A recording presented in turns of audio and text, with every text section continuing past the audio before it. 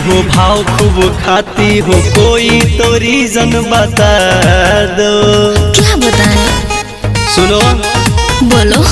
तुझ पे ही मरता हूँ, प्यार बड़ी करता हूँ, मुझको न ऐसी सजा दो। पास तुम आओ दिल को मिलाओ, पास तुम आओ दिल को मिलाओ, देखी के आह क्यों भरता है।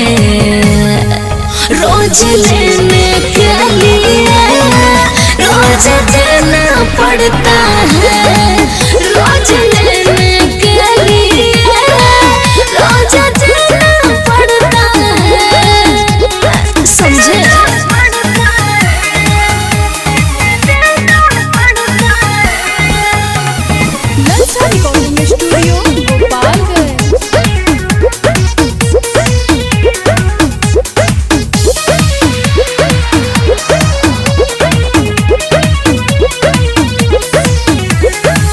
कुछ भी मांगो तो देता है ताली, हरदम हाथ तेरा रहता है खाली। जब से देखा हूँ तुझको हुआ मैं दीवाना, मिलने से करती हो क्यों मुझको माना। तो क्या करे?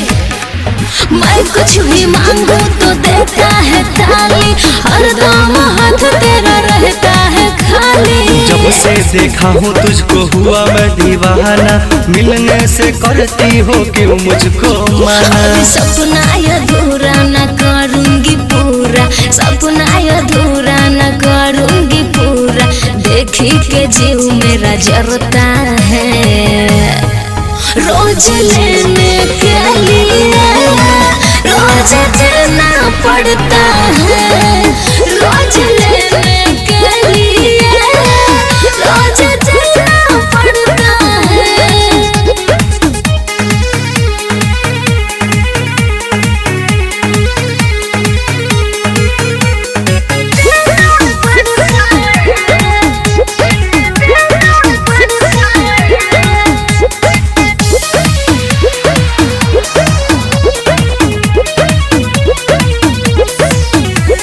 सपना को पूरा न करता है मेरा, कैसे भरोसा करूं अब मैं तेरा।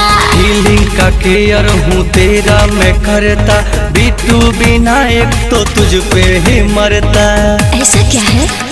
सपना को पूरा न करता है मेरा, कैसे भरोसा करूं अब मैं तेरा। फीलिंग का केयर हूँ तेरा मैं करता, बीतू बिना एक तो तुझ पे ही मरता। मासूम का भी डिमांड पूरा सभी, मासूम का भी डिमांड पूरा सभी, लवर को अपना करता है।